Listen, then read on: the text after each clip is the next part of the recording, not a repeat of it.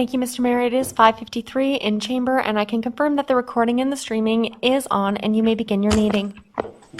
Thank you, Madam Clerk. Good evening, Council, members of the senior leadership team, and the members of the viewing public. I apologize for the tardiness of this meeting. We had some technical difficulties. Our IT guy, Mike G, has got us back on track, and we are now ready to proceed with the public meeting. And seeing that we have quorum, I will call this meeting to order at 5:54. As is our habit now, we will have the land acknowledgement statement. We begin this meeting by acknowledging the land on which we gather is the traditional territory of the Haudenosaunee and the Anishinaabe peoples, many of whom continue to live and work here today. This territory is covered by the Upper Canada Treaties and is within the land protected by the Dish with One Spoon Wampum Agreement. Today, this gathering place is home to many First Nations, Métis, and Inuit peoples. And acknowledging reminds us that our great standard of living is directly related to the resources and friendship of the Indigenous peoples. Madam Clerk. Thank you, Mr. Mayor. We do have a motion put forth by Councillor Kaur, seconded by Councillor Wink. Be it resolved that the agenda for the November 1st, 2021 regular meeting of council be adopted as circulated to you, Mr. Mayor, for discussion. Okay, any discussion on the agenda as you have seen it? I'm not seeing any, Madam Clerk. Thank you, Mr. Mayor. This vote begins with Councillor Hahn. Yes. Councillor Hildebrandt. Yes. Councillor Kaur. Yes. Councillor Olson. Yes. Councillor Stewart. Yes. Councillor Wink. Yes. Mayor Junkin. Yes. Thank you, Mr. Mayor, and that does carry. That does bring you to your next item on the agenda, which is the disclosure of pecuniary interest. Thank you. After viewing the agenda, does any councillor have a pecuniary interest and general nature thereof to declare? Not seeing any, Madam Clerk. Thank you, Mr. Mayor. I have so noted. Through you, Mr. Mayor, your first item on the agenda is 4.1, and that's presentations. And the first presentation is from our Fire Chief Limburner and Community Emergency Management Coordinator. To you, Mr. Chief. Thank you. Chief Limburner, you have the floor. Thank you, Mayor, Council members, and members of the senior leadership team. Just a quick update. So as of today, Pelham has 5 active cases for a total of 664 cases. The region, we had 4 new cases today for a total case count of 133, and we remain at 437 deaths. Province-wide, just over 600,000 of total cases. Of those, 587,344 are resolved, 9,874 fatalities. Our hospital admissions, 134 admissions, there's 133 persons in ICU, and of those, 84 on ventilators. And I can't say or stress enough that the vast majority of these are in unvaccinated people. Across the country, 1.713 million total cases, 1.660 million cases have been resolved. We have 28,974 fatalities. Niagara's case doubling time has gone up slightly from last week to 726 days. Reproduction rate has gone down a bit to 1.0. Positivity is at 2.9%. Our infection across the region is steady, and our number one contributor is close contact with a confirmed case. Our Niagara public health people are working with 11 active outbreaks. They've resolved 484. As far as vaccinations go, in Niagara,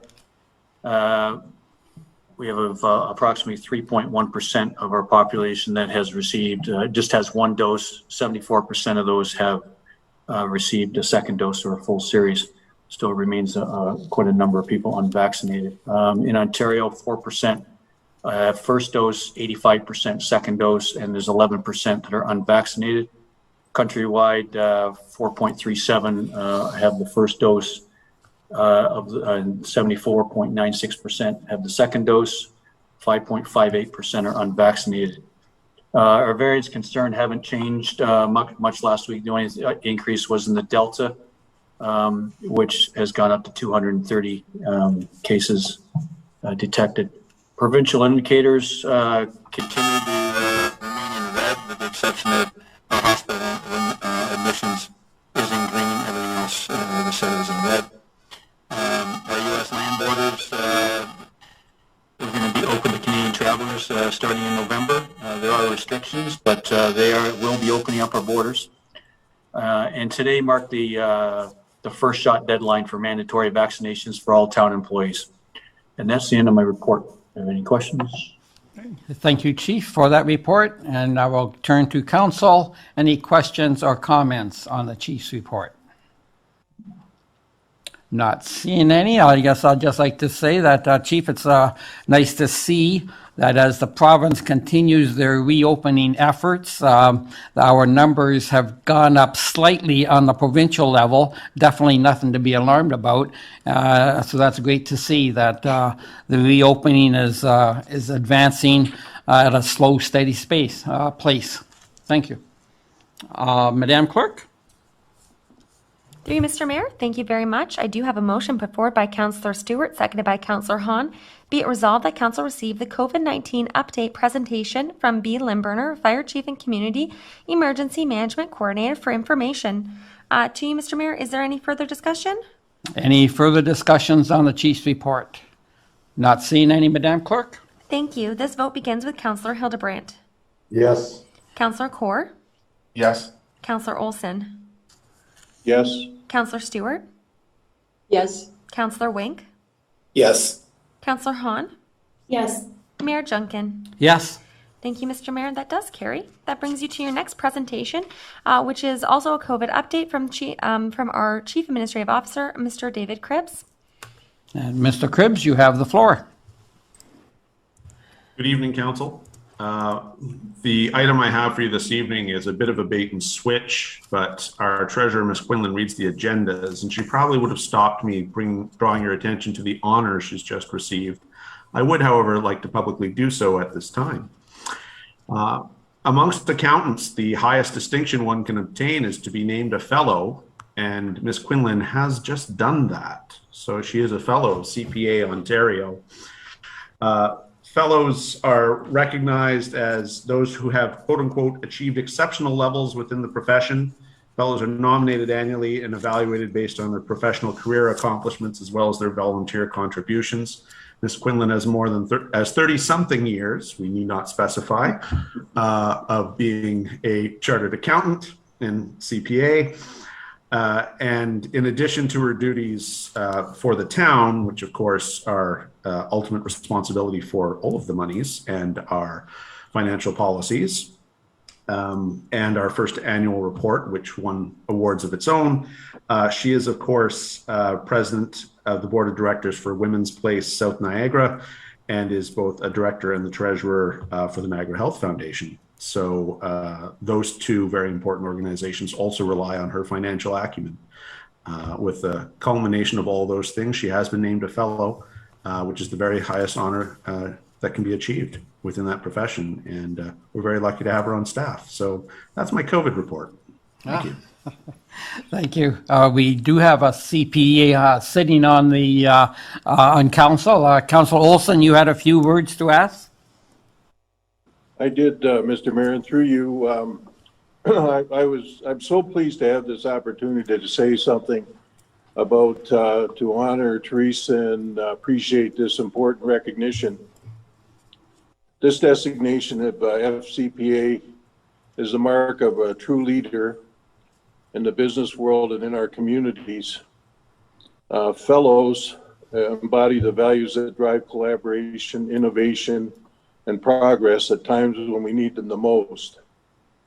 FCPAs are known for their integrity, their high ethical standards, strategic insights, and the capacity to identify solutions to complex issues in today's world.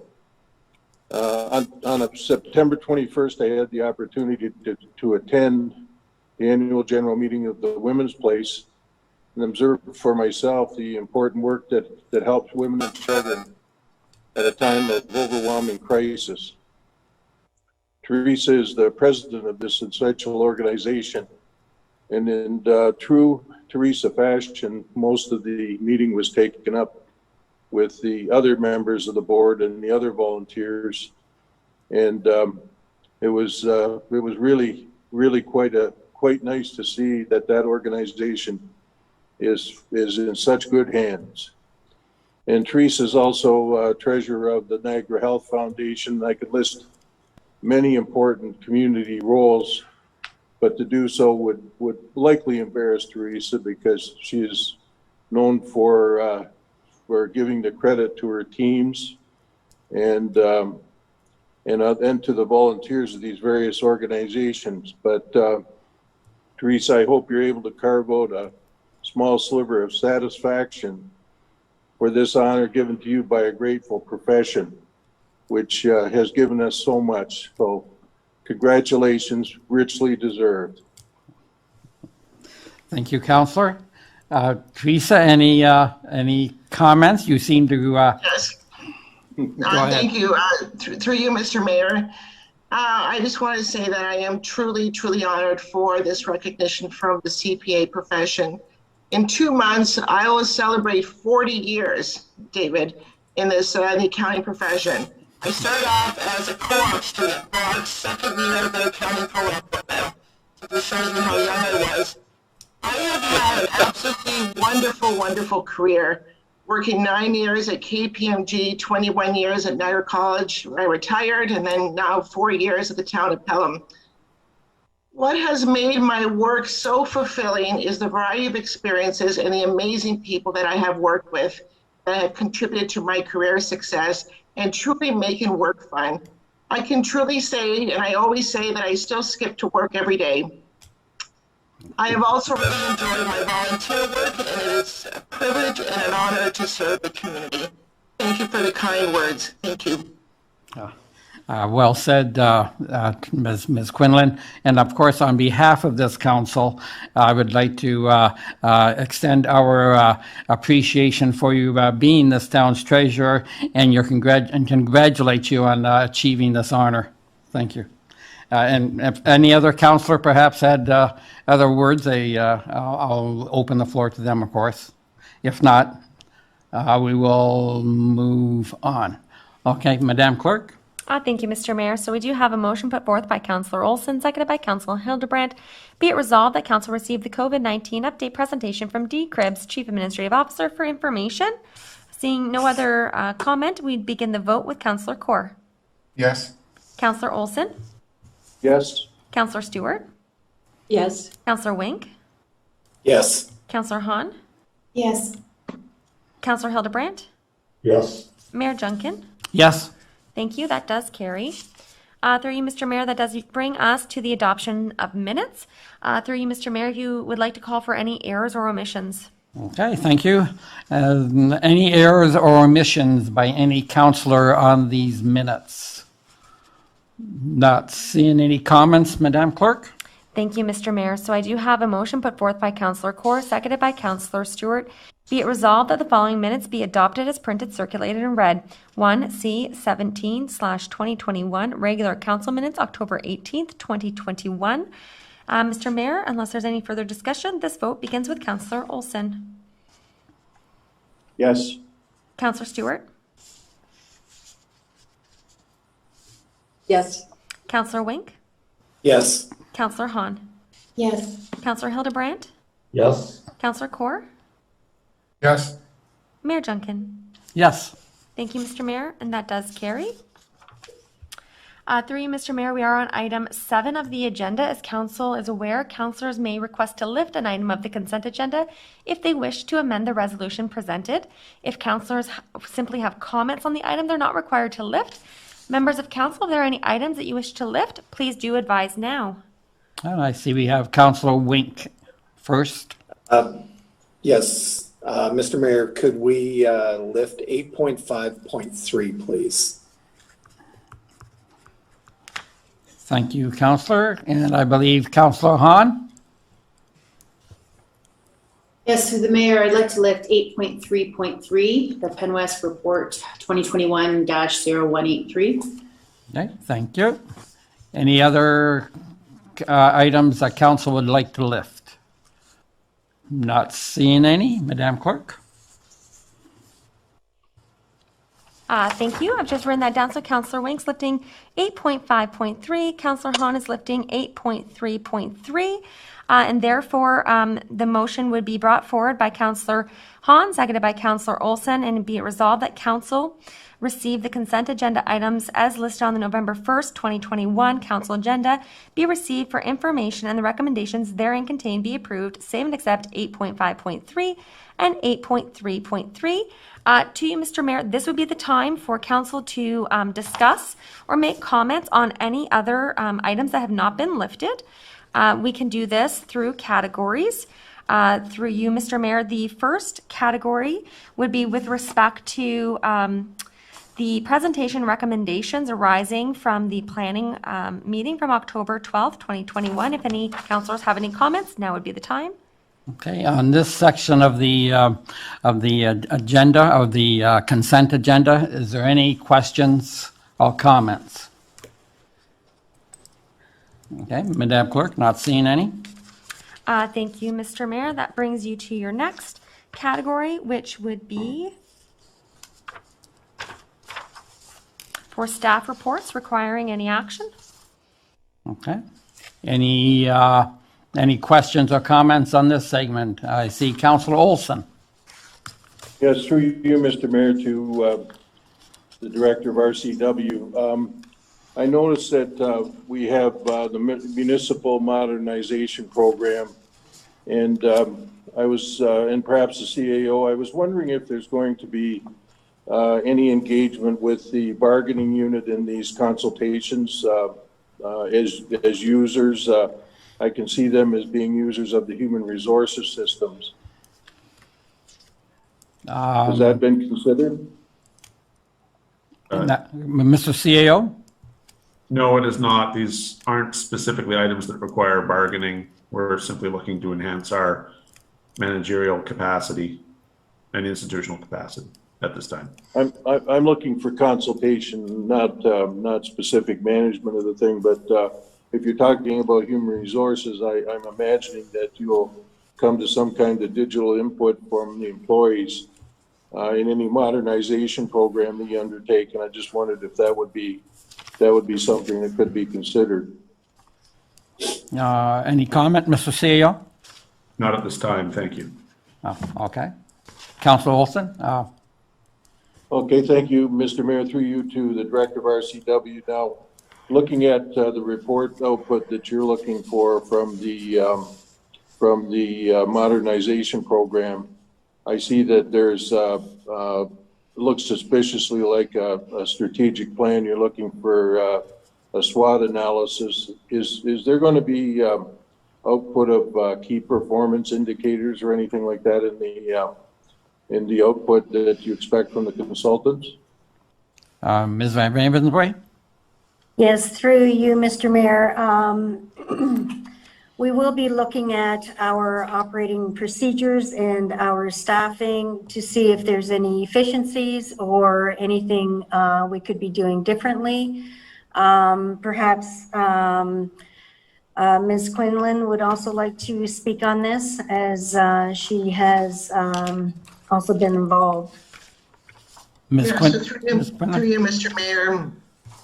This is an opportunity for the RCW department to, look at the operations. It's been since 2018. We have a brand new facility and it's been operating. We've had ORFA come in and, do their assessment of the building, but now it's time to look at how it's being operated. Can we be more efficient? Are there things that, we're not doing that we should be doing? So it's a great opportunity for us to collect that information and see how we can become more efficient and better utilize staff's time and and look at just the whole structure of that facility.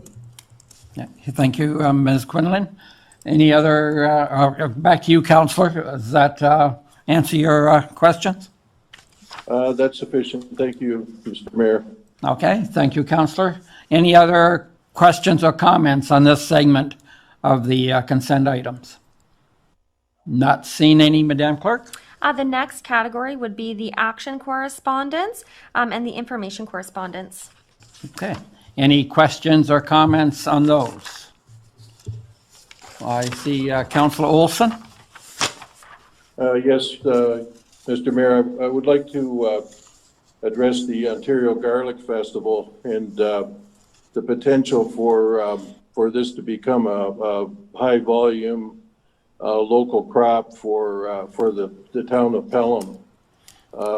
I believe Jerry Winicky, one of the local growers, said that Pelham should be the garlic capital of Canada, but not just Ontario.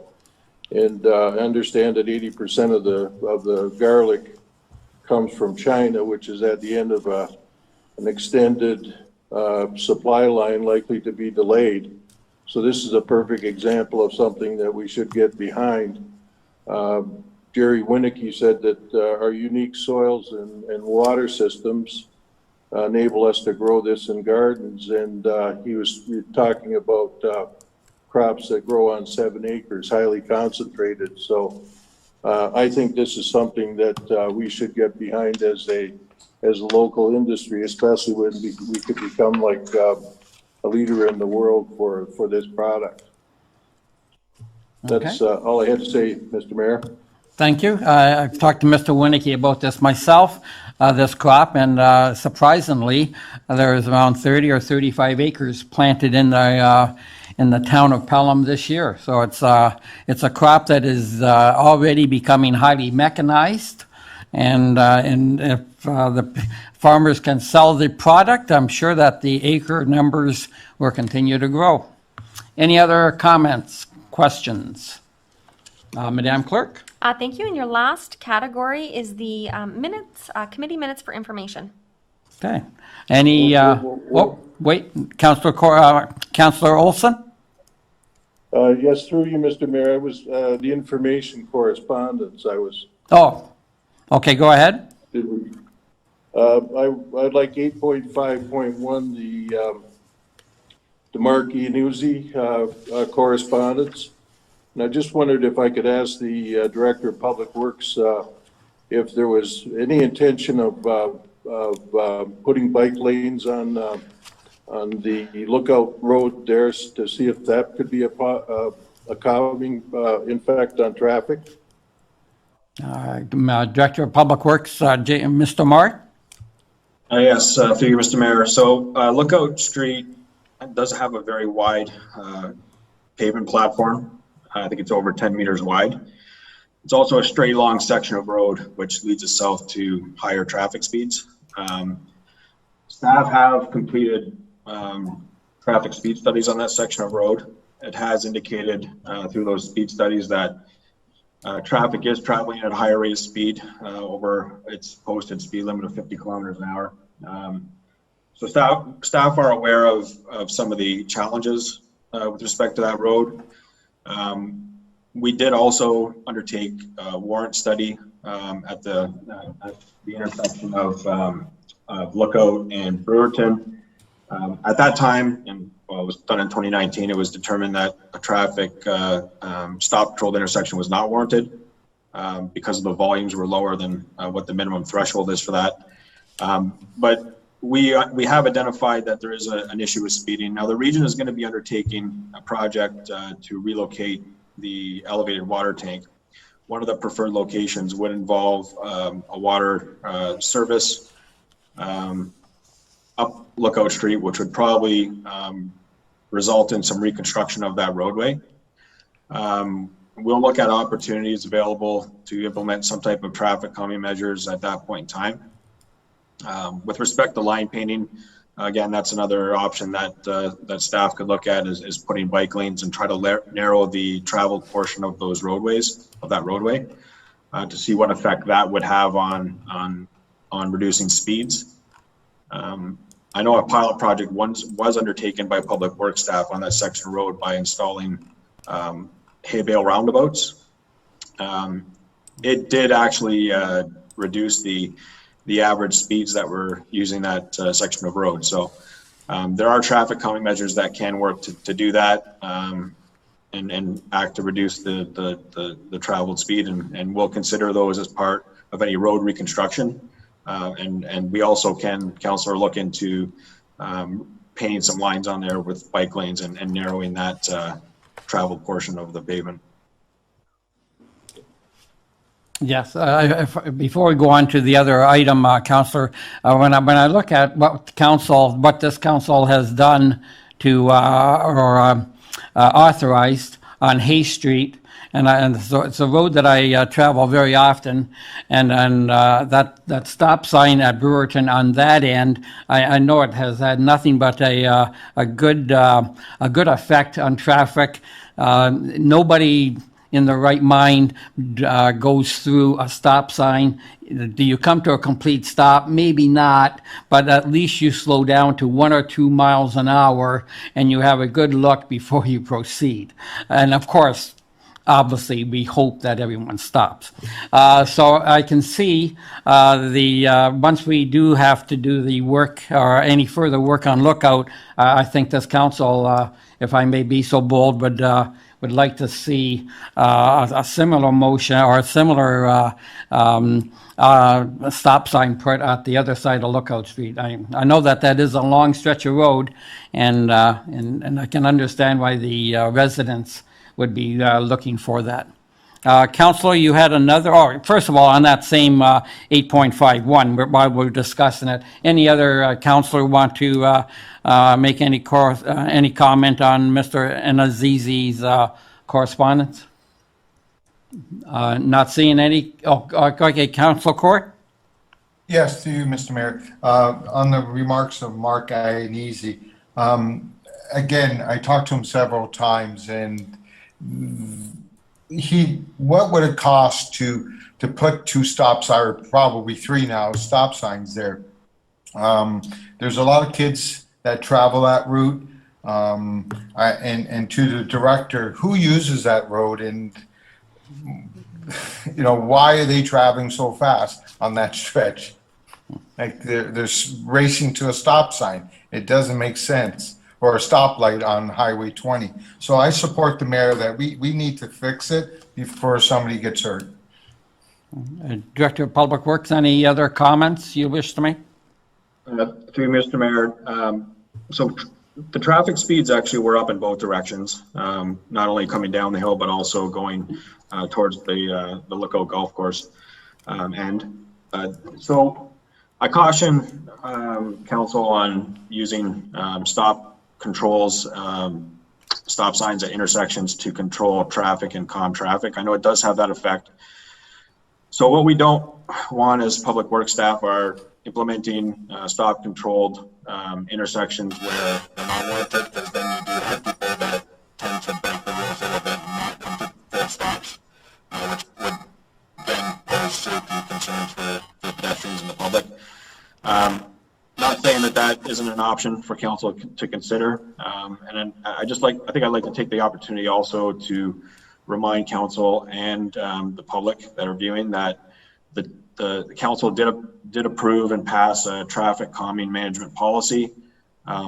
That policy is identified on our website and lays out the steps and the processes to go through to look at to have staff investigate the implementation of various traffic calming measures that can be used to control traffic speeds. Yes, and I remember when the previous council initiated that by setting out a policy and the steps. It does give residents an avenue to follow and approach staff and council when they do want to see a speed reduction on a certain street. So I don't know, Madam Clerk, do you know if we have that policy on the town website? Would you know that? I'm not aware if we do have it on the website, but we can certainly look into it and potentially get it on the website. Excellent. Thank you for that. Councilor Wink. Yes, so just through you, Mr. Mayor, just to let you know that 8.5.3, the Pelham Active Transportation Committee recommendations, I'll be talking to that a little bit further, so. Excellent. Yeah, so stay tuned. Sorry, thank you. Sorry to interrupt. I do understand from our communication specialist that the policy is on the website. She's just confirmed that with me.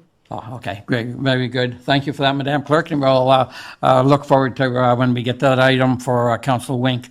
Councilor Olson, did you have any other ones? Nothing further with that one, Mr. Mayor, but 8.5.2, the Rosemary Hoggins correspondence. But first a comment on the road work that was done on Medlar and Cream. That's a really nice job that's been done there on the repavement, resurfacing of those roads. And if that can be done across the rest of the town to reach that kind of a standard, we'll be well off. How does she mentions a couple of streets there? I think she mentions 3 sections of road. Are they on? Where do they fit in your schedule, your capital schedule? Director of Public Works, please. Through you, Mr. Mayor. So I believe the roads in question were 16 Road between Effingham and Cream, Center Street between Sawmill and 16, and Cream Street between 16 and Metler, and then Roland Road between Center and Effingham. So those are rural roads in the area of North Pelham.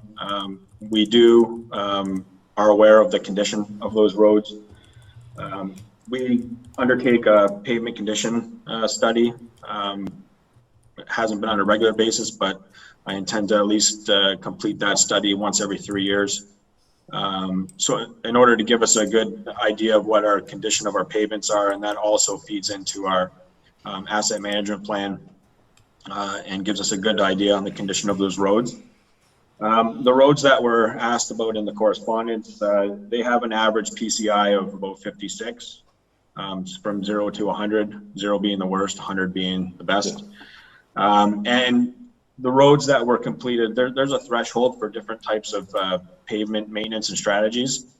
So usually anything around less than a 65 or 60, between 50 and 65 is a good candidate for the type of resurfacing that was just completed on the most recent program. Once PCI numbers drop below 50, that usually indicates that there's more extensive work that's required, like a full depth reconstruction of that roadway. So I can't guarantee a time when those roads will be completed, although the candidates are looked at very early in the spring following the winter thaw, and based on council's approval of the budget for that type of work, then we will select candidates and very, very likely that some of these sections of road would be candidates within the next few years to be reconstructed. Thank you. Councillor? Could you at least guarantee that Roland Road would have a low priority? That happens to be my road, Councillor. Thank you. The staff does not pick roads based on preference or the celebrity of nature of the roadway. It's an analytical approach done through our studies that we complete through our pavement condition studies. Thank you for clarifying that, Director. I get one comment I'd like to think or make is when I travel the roads of West Lincoln, I see that kilometer after kilometer, and it has happened on both sides of their rural roads, that they will redo the outside 2 meter or 2 feet, whether it be 2 feet or 3 feet on both sides, because if you, and as you stated, once the road gets below the grading of 50, then I realize that it probably means not just the outside edges, but the middle is ready to be redone. But when I see the rural community of West Lincoln taken advantage and doing this, like I say, paving the outside 2 feet, whether it be 1 lane or they also many times do 2 lane or do 2 sides. And I know Pelham did it. The only road I can remember that we did it in Pelham was on Center Street between Highway 20 and Memorial. And that seemed to help that road until we were able to completely redo it. I was wondering why we as a town aren't doing more of that repair, or is it indeed too late to do that now on our roads because of the condition some of our rural roads are in? Could you please comment on that, please? Through you, Mr. Mayor, to answer your question, I think we've had discussions on this particular issue. What happens is if your shoulders start to build up, it's hard for that water to get off the roads, and what happens is the water will pond along the edge of roadway, which causes the premature failure of the road edge. We do have an annual patching program that's part of our capital budget, and that is used to complete some of that work on some of our rural roads where we can do extensive patching, and some of that is along the edge of roadway. With our rural roads, the process that's usually completed for roads that have significant failure in the base is to come through and pulverize the whole roadway, and basically reclaim all the material, regrade that, and then cap it with a wearing surface, which is usually a double surface treatment application. That does raise the road elevation slightly. The process that was just used on this past year's program is the pulverizing and surface treatment process. It uses an asphalt emulsion based system, which gives you a very small window to complete the work. So the process that we used this year was more of an asphalt based program. It's still a very thin bonded wearing course that gets laid over, but they use asphalt padding and specifically along the edges of the roadway where the roadway started to deteriorate before they put that final bonded wearing surface course on it. So we have done that on the roads that we did this year to use the padding to recorrect the crown of the road and repair some of the damaged areas on the edges before doing that overlay. Okay, thank you for that, Mr. Marr. And as Mr. Olson, Council Olson stated, the work that was done on Metler Road and Green Street is much appreciated by the residents for sure. Any other questions on roads or on the information correspondence items? Council Olson? Yes, through you, Mr. Mayor, to the item number 8.5.4, which is the regional incentives. I was looking for, I looked through the criteria for regional incentives, and it appeared to me that there were a few of the items were really, for $14 million of budget money, were really applicable to our town of Pelham. Reading through Appendix A, I found a couple of them, and one of them is a grant for a 10-year grant forgivable loan on the construction of second dwelling units to a maximum of $40,000, which sounds to me like a pretty attractive incentive to construct a second dwelling unit. It's a maximum of $40,000 a unit for a maximum of 2 units. The other one was a rental unit item where it said a maximum of $15,000 per unit for improving rental buildings, which sounds to me like the type of thing that could promote more affordable housing and improving the suitability of housing in the community. And there are a number of things in the offering that is being made by the region. I think these have to be highlighted in some way, because I think there's a number of people, especially in Ward 1, that would find this to be useful tools for expanding the housing base. Okay, thank you. We will ask the Director of Planning to comment on that. I know that the last council dropped out of the CIP program for financial reasons, I believe. So we'll ask Ms. Weens to comment on the item brought forward by the councillor. Thank you, Mr. Mayor.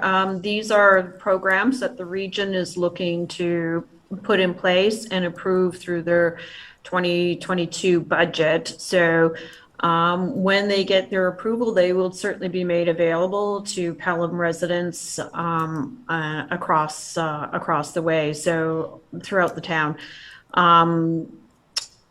The region has gone through a very extensive review of their incentives, and they wanted to align their incentive programs with their pillars of their strategic plan, and that's what this intends to do. So they're very specific and targeted towards achieving some opportunities for new housing, different forms of housing that would help address affordability. So it is something that they were very specific about in their intention.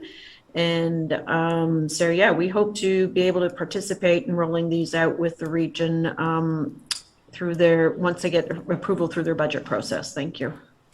Thank you, Ms. Weens. Councillor? That's all, Mr. Mayor. Thank you. Okay, thank you. Any other comments on the information correspondence items? Not seeing any, Madam Clerk. Thank you, Mr. Mayor. That brings us to our last item category, which is the committee minutes for information. Okay. So that's from 8.7, 8.71. Any comments or questions on those? Not seeing any, Madam Clerk. Thank you, Mr. Mayor. And this vote begins with Councillor Stewart. Yes. Councillor Wink. Yes. Councillor Hahn. Yes. Councillor Hildebrandt. Yes. Councillor Kaur. Yes. Councillor Olson. Yes. Mayor Junkin. Yes. Thank you, Mr. Mayor. That does carry. That does bring us to item 9, which is the items for separate consideration. Your first item was lifted from Councillor Hahn, and it is with respect to 8.3.3. This is Peninsula West Power Inc. subsidiary update, and the resolution presented is be it resolved that Council receive report number 2021-0183, Peninsula West Power Inc. PWPI subsidiary update for information to you, Mr. Mayor. Thank you, Madam Clerk. Councillor Hahn, you lifted the item. Yes, thank you, through the mayor. I just wanted to ensure that there was additional comment added to this report. I had, as a board member on Penn West, I had declared conflict of interest, being that I'm a board member, so I did not partake in any of the meetings or decisions made with regards to the information contained in this report. So I would like that included in this report, please. As well, I also would like to see under the section financial, let me just get this straight here, financial considerations, there's a valuation of shares, legal advice, and a subtotal. In my opinion, I don't believe that the proposed 2021 dividend amount, that thus reducing the bill then to 23,525 is appropriate. I think that we're talking about costs here, so I think it should be costs that are reflected, and the proposed dividend should not be reflected, in my opinion. Thank you. Thank you. Perhaps Ms. Quinlan, any comments on that? Through you, Mr. Mayor, what the financial consideration was showing was the cash impact to the town. So the proposed dividend is not included in our annual budget. So I just wanted to show the net impact of PWPI this year. But the costs are shown separately, and that's the revenue. I understand that. I just don't think that as far as from the public viewing this, I think that they should fully understand the cost to this endeavor or to this exploration, and which would be the 66,875. I just didn't want there to be any confusion from their standpoint as to why it would only be 23,525. So it's actually 66 grand. Thank you. Okay, thank you for those comments, Councillor. Any other? I see Councillor Stewart. Yes, thank you. Through you, Mr. Mayor, to our Director of Finance. Along with Councillor Hahn's comment, in other years, when we do receive a dividend, where does that money get allocated? Because it doesn't get put against the cost of investigating a sale. Where would it normally go? Dividend is cash that's received. So the revenue that's actually recognized is the revenue that's being shown here under the analysis section. So for 2020, we received the increase in the equity earnings for $99,113. That's the revenue, and the dividend is just the cash that comes in. Councillor? What part of the budget or reserves would that cash be allocated to? It normally goes to the working fund reserve. Thank you. Councillor Kaur? Yes, through you, Mr. Mayor. To the treasurer, what was the dividend in 2018, 2019, and 2020? Would you have those numbers? I don't have the exact number there, approximately about 50,000, but in 2020, there wasn't a dividend. So there wasn't a dividend in 2020, 18 and 19, approximately 50,000. Okay, so why wouldn't there be a dividend to 2020? Well, because of COVID, they didn't issue a dividend that year. So do you think they're going to give a dividend in 2021? We still have COVID. Yes, we received notification that we are getting one. That's why it's put in there. Okay. And my second question through you, Mr. Mayor, to the CEO, we were approached by another municipality. Do they not have any burden to pay for some of the costs because they initiated the negotiations? Mr. CAO? Oh, you're on mute, sir. That is under exploration, so I don't have a definitive answer for you at this exact moment, but if we're able, maybe Ms. Quinlan does. So through you, Mr. Mayor, the part of the evaluation was shared with the interested municipality. So those costs were shared. So this is net of those? Okay. Sorry, yes it is, sorry. Yeah. So then what was the shared cost? Ms. Quinlan? I think it's approximately 7,500. I can double check that and send an email out to council. And one other question through you, Mr. Mayor, to the CAO. In your report, it doesn't indicate that we entertain a second municipality. And what would the cost be with that one? Mr. CAO? Well, as council or those members of council who didn't have a conflict on the item will recall, we incurred the expenses to look at the proposition with the first municipality. There was no difference or change in position vis-a-vis the second, and there was no financial contribution from the second. Councilor, I see Ms. Quinlan. Yeah, through you, Mr. Mayor, there also weren't any additional costs because the costs were already incurred with the first interested municipality. So there weren't any additional costs when we opened it up to other municipalities. Councilor Kaur? Yes, through you. I expected a report with invoices and a detail of how many hours the certain parties worked. I'm not happy with this report, and I'm not being disrespectful for anybody who worked hard on this report. I'm a number guy, and I like to see invoices. I like to see what number of hours that are being used to generate this, because it's $66,000 is a lot of money to the residents of this community, and I can't see an invoice that indicates that. So. Mr. CAO?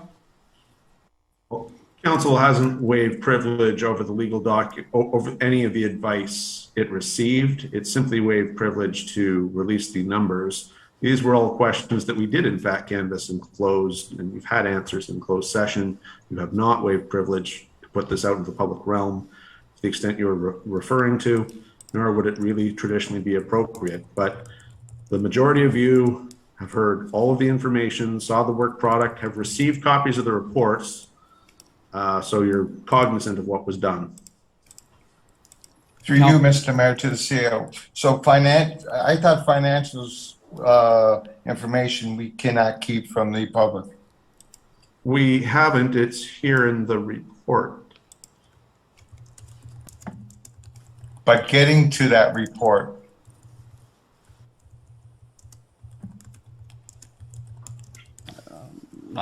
Mr. CAO? Well, there's no question there. It's not my place to argue with council. You waived privilege over the numbers. We've provided the numbers so that there's a public accounting. The work product, for very good reasons, was not waived privilege, but a majority of you have been exposed to the work product. You saw its volume. You attended multiple closed sessions. You received the advice.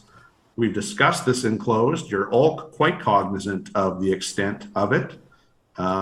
So that's the accountability mechanism. Councillor Court? I still believe the taxpayers, we owe to the taxpayers to be transparent and to show them exactly what it costs, if it means invoices from lawyers or consultants. We're not giving out any information on that. We're just using the information to tell our taxpayers of why we spent $66,000. Okay. Well, if I may chime in, I must say that I'm quite happy with the report. You may not have seen 5 or 6 invoices or 20 invoices, but we did see the true totals of those invoices. So I'm happy with the report. We know what we spent on legal, what we spent on professional advice. I guess we don't know the hours, but we do know the totals. So myself, I'm happy with the figures. And thanks for your comments. Councillor Hildebrand. Through you, Mr. Mayor. I didn't have the pleasure of sitting in those in-camera meetings because I had to declare a pecuniary interest. However, as a Penn West board member, I'd like to give the residents and also council some more details that I think will help in the understanding of what we're discussing. Penn West and the NPI customers are approximately 1,250 in the town of Pelham, which is located in the old town of Pelham. I would like to supply some background information to help everyone understand how we got to where we are and where we're going to the extent I'm able to reveal at this time. I can advise that discussions are being held with regards to Hydro One's rate classification for all customers in the town of Pelham. All power in Ontario is produced by Ontario Power Generation. The power is distributed by local distribution companies called LDCs. Hydro One and NPR are classified as LDCs. Most of Pelham has power distributed by Hydro One. Penn West Power Incorporated is a holding company. It's not an LDC. Mike Harris in the 90s changed the rules and the municipalities were given the local hydro companies. Because of timing and the next provincial election, all of Pelham was not supplied by NPEI. Basically, a couple of weeks difference changed things. Hydro One was able to maintain the majority of Pelham customers. In 2000, it was evident that the small utilities like Pelham Hydro, Lincoln, and West Lincoln Hydro would not survive. Therefore, in 2000, they merged to form Penn West. Similarly, in 2008, NPI was formed when Penn West and Niagara Falls Hydro merged. The town was never asked to invest any money in this utility, nor did they. 550 residents who purchased and are purchasing their power from NPR, they are contributing each month to the value of this company. So essentially, in 2000, Pelham was given 17% value in Penn West shares because of their financial position, not because they had that level of representation in customers. When Penn West was formed, Pelham only had 8% of the customers, which I think is an interesting statistic. We did really well on that negotiation to come up with 17% of the shares. The number of NPI customers in Pelham has not increased by any great number because of the defined area, the center of town, with little or no room to expand. The other customers of NPI Hydro are expanding significantly: Lincoln, West Lincoln, and Niagara Falls. Therefore, the value of this asset and the corresponding dividend amount will continue to increase without the town expending a dollar. Niagara Falls, the dividend Niagara Falls receives from NPI is significant. If you ever knew that, were disclosed that number, it would have a significant budget impact, and it does in the city of Niagara Falls. In my view, this exercise of trying to get immediate cash to cover our past council's reserve shortfall and not being successful is not a bad result in the longer term. I hope you can agree. Thanks for keeping an eye on this valued asset and our future dividends and listening to this dissertation of mine. Thank you. Thank you, Councillor Hildebrand. Well documented. Any other questions on 8.3.3? Comments, questions? Not seeing any. Madam Clerk? Thank you. Through you, Mr. Mayor, the motion on the floor is to have the report received for information. I'm not sure if Councillor Hahn was bringing a motion to refer it back to staff, or if she was satisfied with the responses. Councillor Hahn? Through the mayor, I would just like it noted, please, in the report that I had declared a conflict of interest because of my position on the board, and therefore did not participate in any of the meetings or decisions involving any of the information contained in the report, please. And Madam Clerk, can that be done? I can note it in the minutes if that's what Councillor Hahn wishes. Can it not be in the report? The report is before you for information, so to have that report revised, I believe you would need to refer it back to staff. And I'd like to do that, please. Okay, so then the motion is that if it's okay with you, Councillor Hahn, of course, that the report be referred back to staff to include that Councillor Hahn did not partake in the decision-making. Is that what you're saying? That I had declared a conflict of interest because of my position on the Penn West board, and did not participate in any of these meetings, discussion, or decisions involving the potential deal and sale. Mr. CAO. Yeah, Mr. CAO had his hand up, Mr. Mayor. The appropriate remedy, there isn't a remedy because there's been no wrong, but the outcome being sought is to have, there's already been a public declaration. Councillor Hahn quite properly complied with all rules, and she made the declaration, and Madam Clerk keeps the registry of all conflicts of interest for all elected officials as required by law. So you're already in full statutory compliance. But if we'd like the record to reflect the conflicts, then this is the forum. We do not want to create a universe where staff have to start writing who declares conflicts on what, which has nothing to do with the direction, which was complied with by the by, from a majority of this council, was write a report indicating expenses, gross expenses, that which you waive privilege over, and we've complied, and you have a report in front of you. Just imagine the problems you create in the future if staff, my office in particular, are supposed to think and figure out if you want us to declare your conflicts of interest in every report we write. It has nothing to do with anything if the report is about the numbers. This is a procedural item which should not go beyond this body. We already have an evidentiary record that two conflicts of interest were declared by Councillors Hildebrand and Hahn quite appropriately. So, Madam Clerk, we can make note of that in the minutes. But what you're actually contemplating is sending a report back to have me write words in that you declared a conflict, which is not something that's, frankly, civil service business, and will take up my time and energy and then be on a future agenda. And those are not words that I would write of my own accord other than by your direction. Now, I wouldn't comment on any of you, any of the 7 of you having conflicts or not having conflicts. That is not the sort of thing you want to find in staff reports, so please don't do this. Thank you, through you, Mr. Mayor. I am certainly happy to note in the minutes that Councillor Hahn and Councillor Hildebrand had declared conflicts with respect to this item. I'm certainly happy to do that.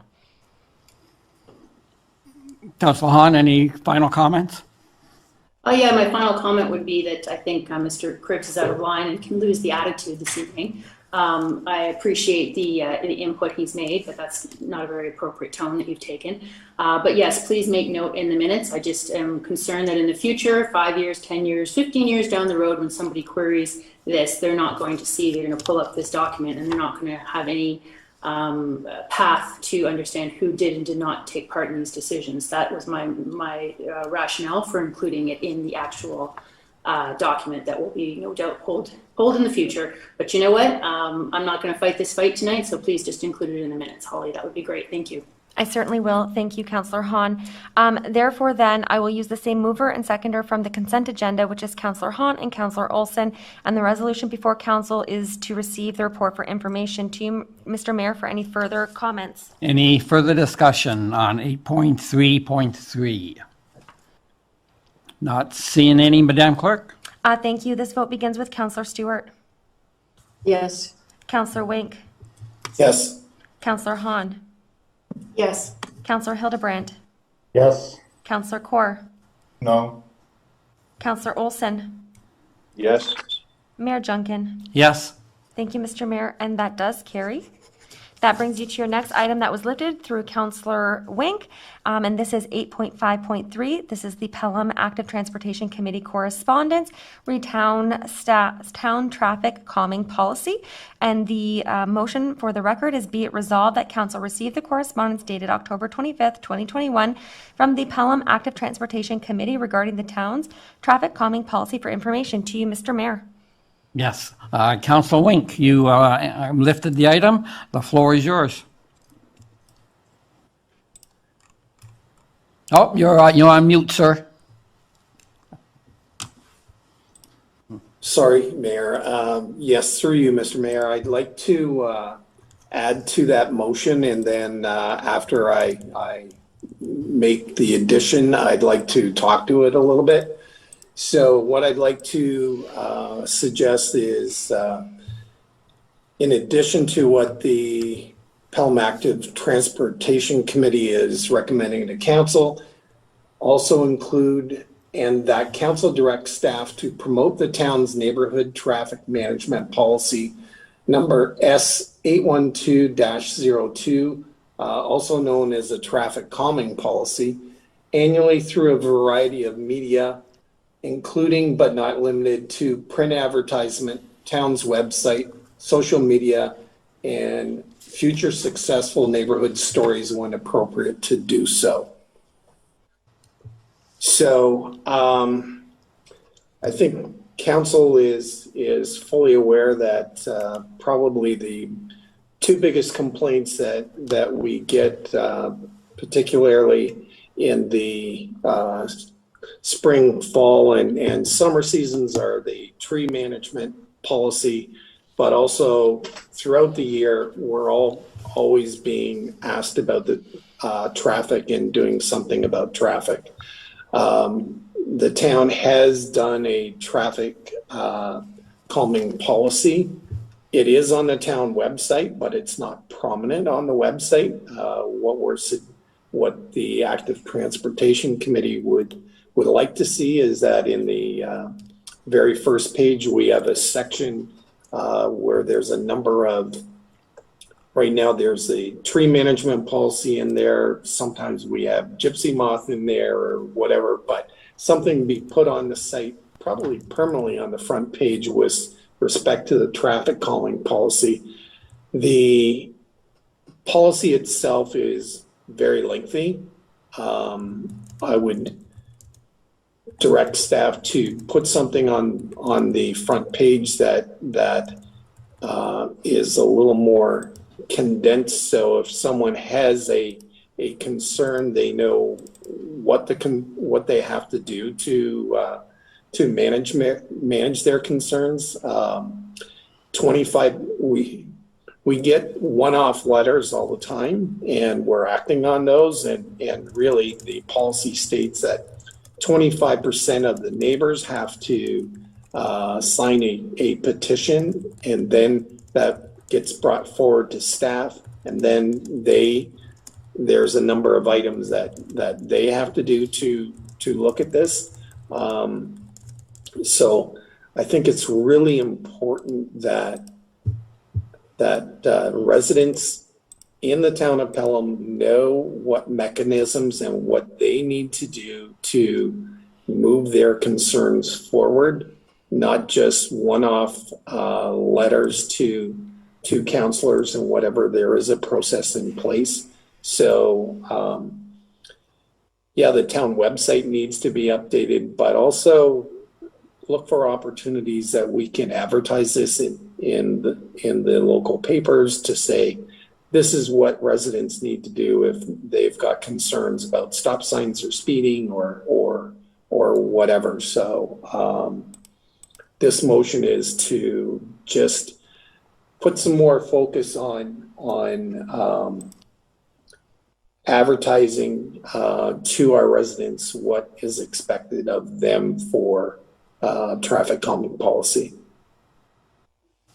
Thank you, Councillor. We need a seconder for that. Yes, Mr. Mayor, I'd be looking for a I seconder. see Councillor Hildebrand will second. And Councillor, as a seconder, we'll let you speak to the issue if you wish. Thank you, Mr. Mayor. Yes, I would like to speak to the issue. I'd like to reiterate what Councillor Wink's comments are. He's absolutely right. We need to highlight this. It's an item where we get one-off emails from residents, and there is a process. And we need to highlight the process, because without going through the proper process, we just end up sending emails to the directors, and the directors end up responding to us and to the residents. But really, if the residents got together and filled out the form and got the proper representation, I think that would be a far more effective way of addressing their concerns in their area. So yes, I will be supporting this motion wholeheartedly. Thank you, Councillor Wink. Okay, thank you, Councillor Hildebrand. And on this motion, Councillor Corr?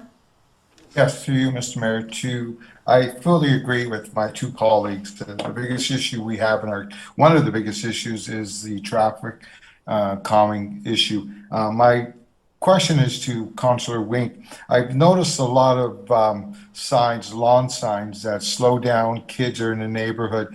Is that part of your committee, or are these residents or individuals that are making their own signs to calm the traffic down?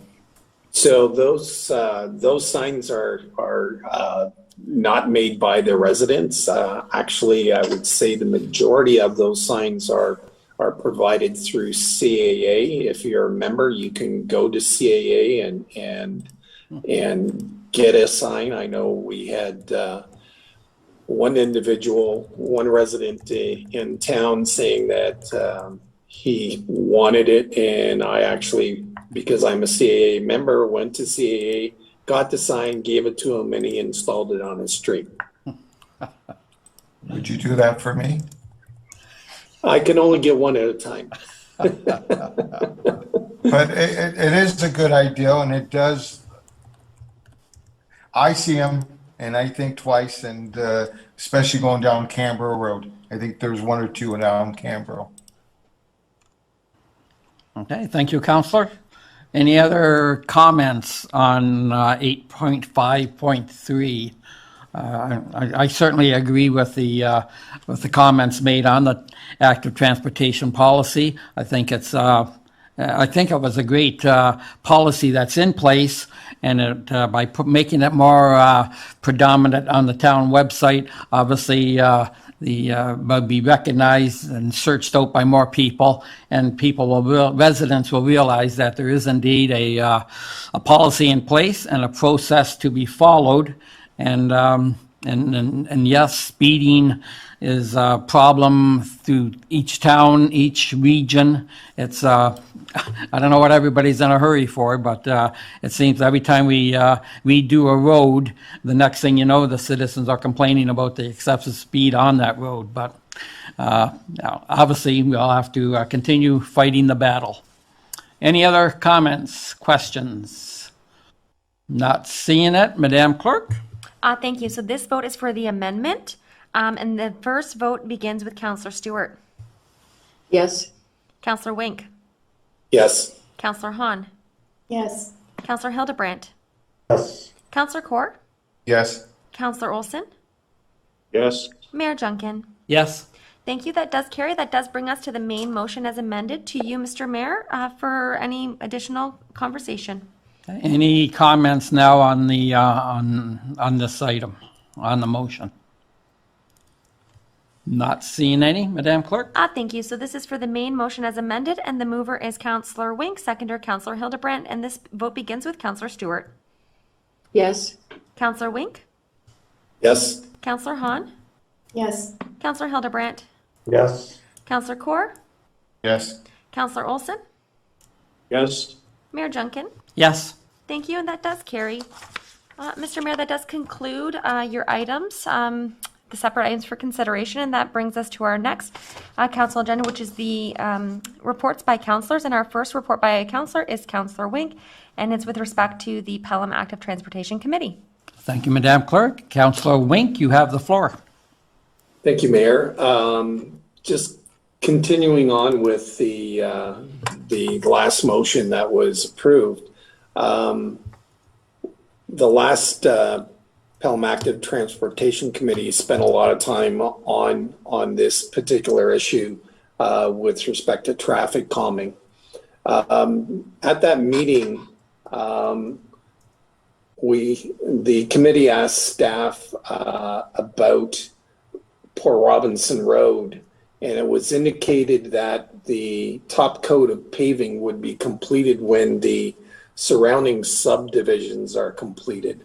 This means we are a number of years from this road being completed, including painting of intersections and delineation of bike lanes, which is one way that we try to slow down traffic. Through you, Mayor, to the Director of Public Works, has consideration been given to paint Port Robinson in the interim because it's going to be a number of years before we actually see the finished product on there, and if we narrow the road just by delineating the bike lanes, it is in our traffic calming policy that is one way to slow down traffic. So just wondering if there's going to be any painting done on Port Robinson. Director of Public Works, Mr. Marr. Through you, Mr. Mayor. So the policy does allow for staff to unilaterally make a decision regarding traffic calming implementation measures. So it's something that staff can look at with respect to putting line markings on that road to try to reduce the speeds. The reason we don't want to finish top coat asphalt now prior to the development being done is because the developers will come back in and with their servicing and tie back into finished road surface, which we try to discourage. So yeah, that's something that staff are aware of the issue on Port Robinson Road, and we do have the ability to unilaterally do some type of passive measures, which would be line marking, signage. So that's something that staff will take away from this and consider. Thank you, Director. Thank you, Councillor Wink. Any other comments, Councillor Wink? No, that's it, Mayor. Oh, okay. Thank you. Any other councillor want to comment on this councillor's report or question him at all? Not seeing any, Madam Clerk. Thank you, Mr. Mayor. I do have a motion put forth by Counselor Olson, seconded by Counselor Hildebrandt. Be it resolved that Council receive the verbal presentation from Counselor Wink with respect to the Pelham Active Transportation Committee for information, and this vote begins with Counselor Wink. Yes. Counselor Hahn. Yes. Counselor Hildebrandt, Yes. Counselor Kaur, Yes. Counselor Olson, Yes. Counselor Stewart, Yes. Mayor Junkin, Yes. and that does carry. The next counselor with a report is Counselor Olson, and it's with respect to the annual open house regarding municipal drain matters and the annual forum for the service club support. Councilor Olson, you have the floor. Thank you, Mr. Mayor. I first presented this as in the form of two motions, and I was persuaded that it's better to go this route. But I do want to thank Councilor Stewart for supporting me on the service club support motion. The concern is that we have volunteers that have been volunteering now for 19 months straight. In a lot of cases, it's been a single volunteer replacing up to 5 other people. I wanted to have an opportunity to say thank you to them. I also wanted to welcome our new residents, and where there are plenty of them, and show them the opportunity to see the great welcoming service clubs and charities that we have in this community. And staff has indicated to me that Mr. Mowing's goals and projects, upcoming projects. And we find that that meeting is very beneficial for all of the clubs as well as the town, because we all share resources and we can help one another out to achieve the goals that we have. So in saying that, we look forward to 2022 when we can meet in person and recognize our volunteers properly. Great. Thank you, Ms. Van Ravensway. And Councilor Olson, the second item you had. just to comment on the first item. Go ahead. Mr. Mayor, yes, the volunteer night, appreciation night is very well founded.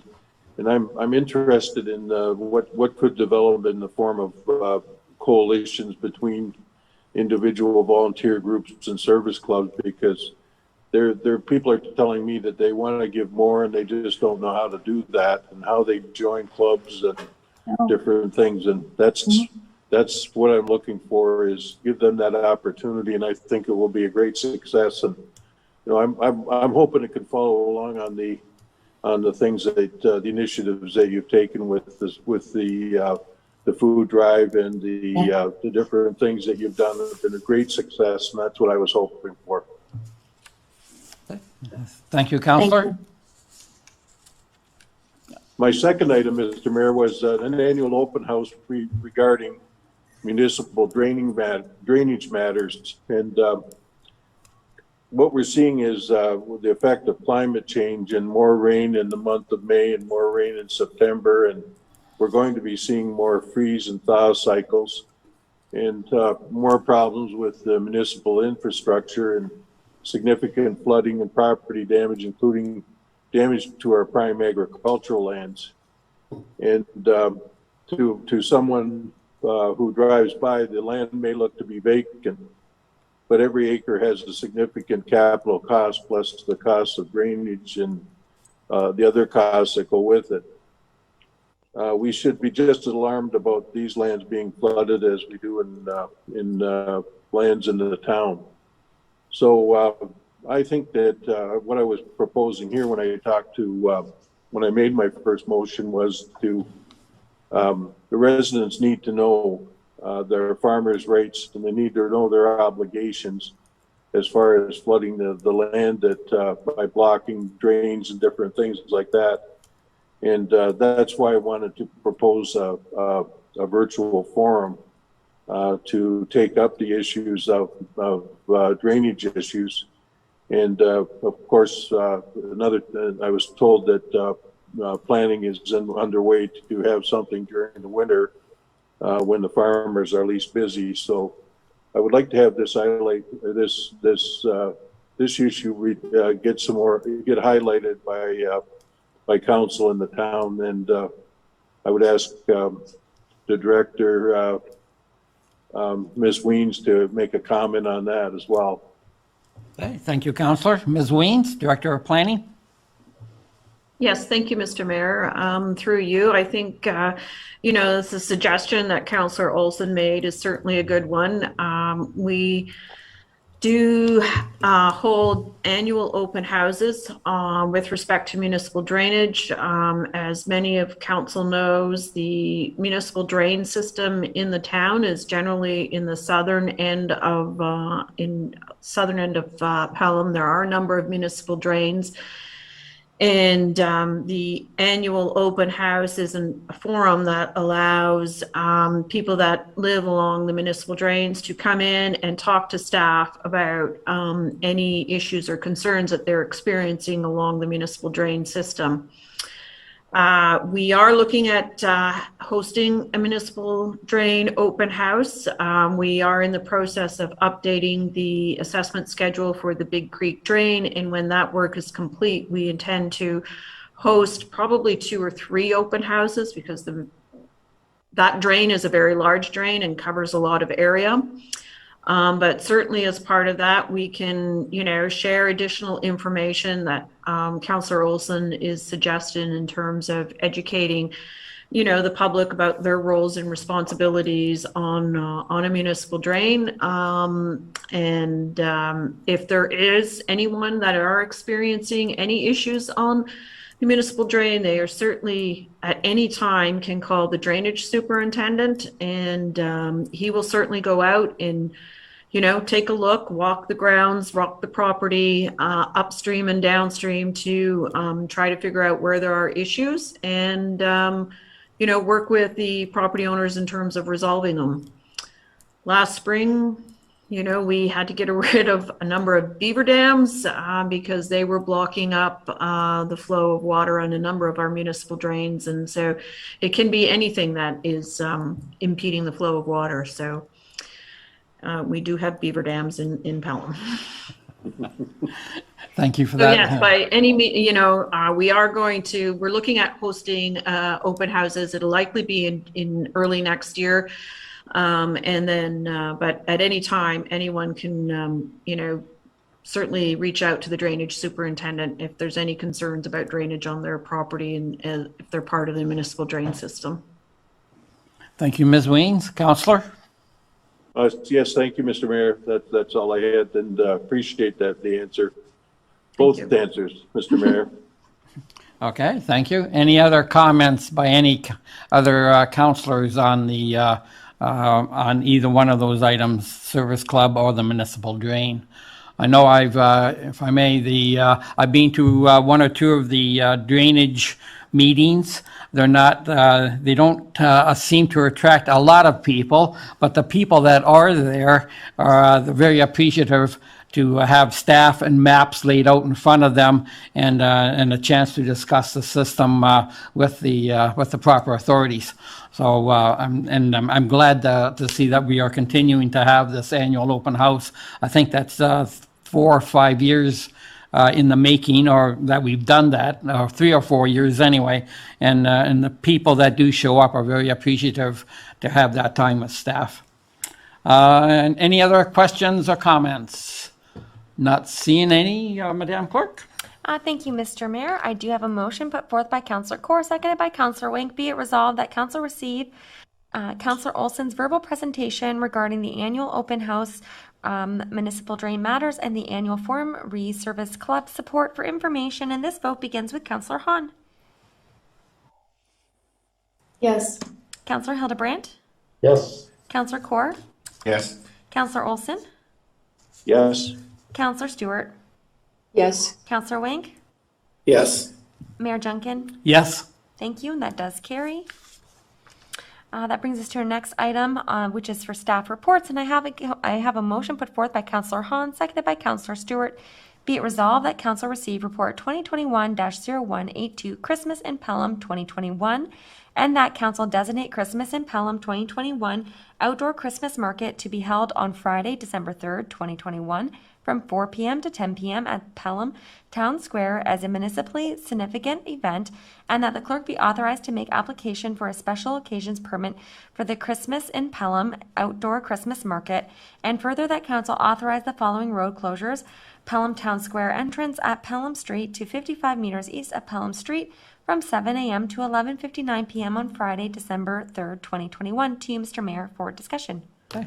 Any questions or comments on this report?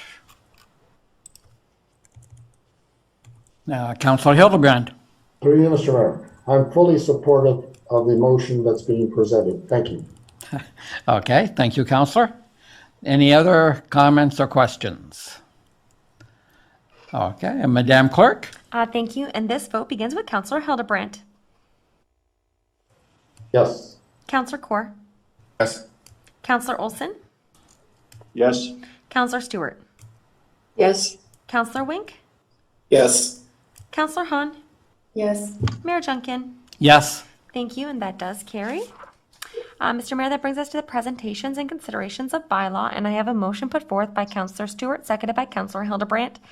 Be it resolved that Council for the Town of Pelham, having given due consideration of the following bylaws, do read a first, second, and third time, and do pass same, and that the mayor and clerk be and are hereby authorized to sign and seal the bylaws. 1. Bylaw number 4397, 2021, being a bylaw to authorize the mayor and clerk to enter into agreement with the Harrington Group Ltd. for consulting services as per the proposal to coordinate accessibility for Ontarians with Disabilities Act compliance for 2022 to 2024, and to repeal and replace bylaw 4180, 2019. 2. Bylaw number 4398, 2021, being a bylaw to exempt Block 30 on Plan 59M 476, municipally known as 34, 36, 38, 40, 42, and 44 Limburner Street from part lot control, Saffron Meadow Phase 2 Subdivision, Hurt Inc., file number PLC 04-2021. To you, Mr. Mayor, for discussion.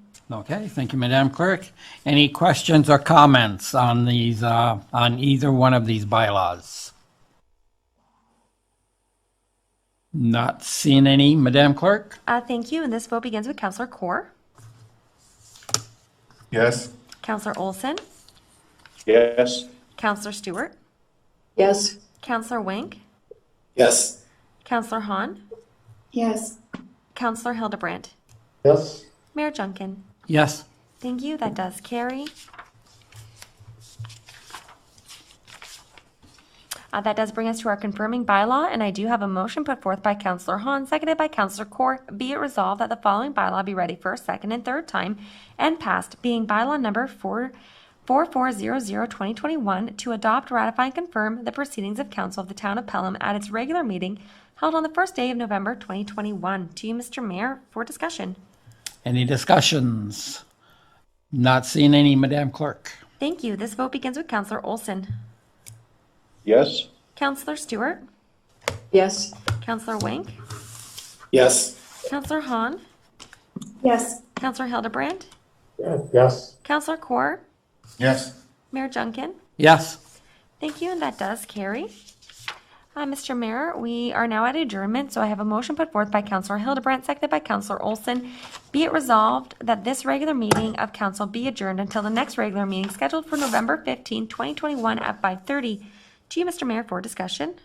Any discussion? Not seeing any? Starts with Councilor Stewart. Yes. Councilor Wink. Yes. Councilor Hahn. Yes. Councilor Hildebrandt. Yes. Councilor Kaur. Yes. Councilor Olson.